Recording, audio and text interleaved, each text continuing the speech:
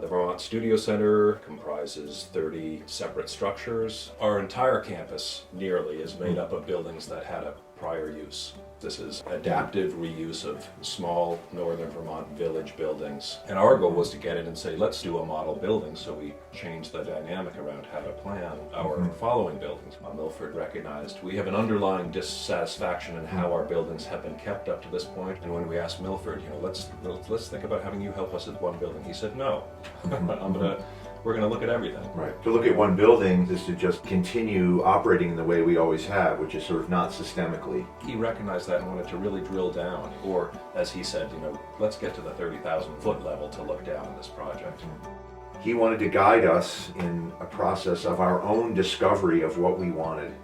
Our first residential project. It allowed us to preserve an 1834 historic building and connect it to a new annex. And when the deck went in, it just pulled it all together. It makes the entire complex be on this sort of unified single plane of entry. The buildings just flow right into the landscape there. And the same thing with the church. Here you have this landmark building on Main Street that's been there since 1854. And from the outside, it's going to look more historically accurate than ever. And yet you walk in that building and you're walking into a totally modern, efficient, safe studio space that's going to be occupied by 12 artists a month for as far into the future as we can see.